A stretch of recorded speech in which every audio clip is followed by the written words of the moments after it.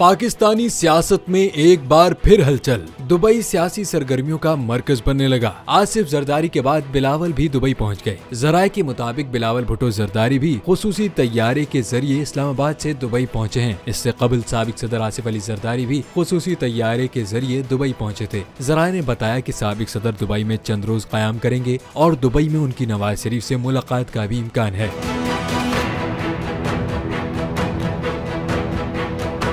दूसरी जानिब नून लीग के कायद नवाज शरीफ भी दुबई में मौजूद हैं। नवाज शरीफ को दुबई हुकूमत की जानिब से खुसूसी प्रोटोकॉल फराहम किया जा रहा है। नवाज शरीफ दुबई में कयाम के बाद अबू धाबी और सऊदी अरब जाएंगे। नवाज शरीफ सऊदी अरब में तकरीबन एक हफ्ता कयाम के बाद दोबारा दुबई आएंगे। जराये का कहना है कि पाकिस्तानी सियासत का मरकज अभी दुबई रहेगा, जिसके लिए कई सियासी रहनुमाओं की दुबई आमद का इम्कान है। दुबई में अगले चंद दिनों में नवाज शरीफ से सियासी रहनुमाओं की बैठकें मुतवक्के हैं।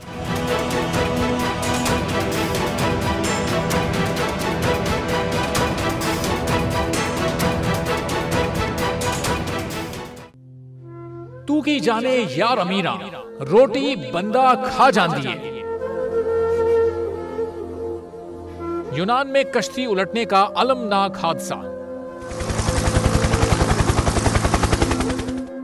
उदास आंखें, चेहरों पर मायूसी, दिलों में अब भी प्यारों के बच जाने की आस।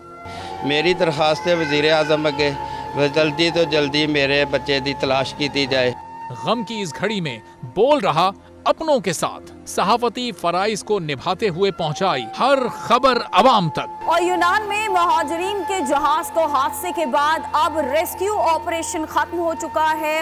बोल की खबर पर FIA की बड़ी कार्रवाई, इंसानी स्मगलरों के खिलाफ इकदामात करते हुए गिरफ्तार कर लिया। ह्यूमन ट्रैफिकिंग सर्कल गुजरात ने बड़ी ये कार्रवाई की है, जिसमें कश्ती हादसे में मुलव्वस अहम सरगना गिरफ्तार कर लिया गया है। 68% अवाम ने कश्ती हादसे की पल पल की खबर से जुड़े रहने के लिए देखा सिर्फ बोल न्यूज, क्योंकि बोल है पाकिस्तान का नंबर 1 न्यूज चैनल।